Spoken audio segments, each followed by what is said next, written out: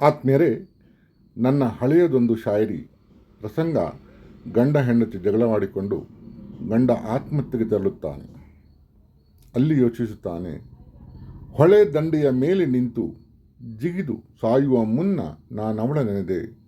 ಬಣ್ಣ ಬಣ್ಣದ ಸೀರೆಯುಟ್ಟು ಉದ್ದನೆಯ ಜಡೆ ಹೆಣೆದು ಹೂವ ಮುಡಿವ ಸೊನ್ನದೊಂದು ಬೊಟ್ಟ ನೀಡುವ ಅವಳ ಹಣೆ ಬರಿದಾಗಿಸುವ ಹೊಣೆ ನನ್ನದಾಗುವುದೆಂದು ನೆನೆದು ಮತ್ತೆ ಮನೆಗೆ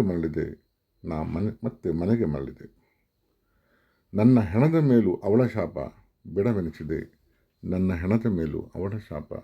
ಬಿಡವೆನಿಸಿದೆ. ಇದೇ ಪರಿಸ್ಥಿತಿ. ಆದರೆ ಅನುಭವದ ಮೂರ್ತಿಯಲ್ಲಿ ಅದ್ದಿದ ಪದಗಳಿಂದ ಕೂಡಿದ ಹೊಸ ಶಾಯರಿ. ಶೀರ್ಷಿಕೆ ವಿಪರ್ಯಾಸ. ಒಮ್ಮೆ ಕೇಳಿ, ವಾ ಅನ್ನಿ ಸಾಕು. ವಿಪರ್ಯಾಸ. ನನ್ನಿಂದ ದೂರವಿರಿ ಎಂದವರನ್ನೇ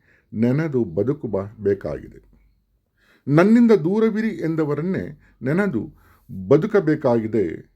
ವಿಚಿತ್ರವಲ್ಲವೇ?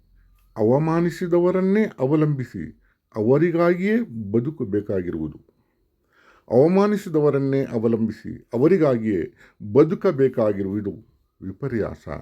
ಅವರಿಗಾಗಿಯೇ ಬದುಕಬೇಕಾಗಿರುವುದು ವಿಪರ್ಯಾಸ.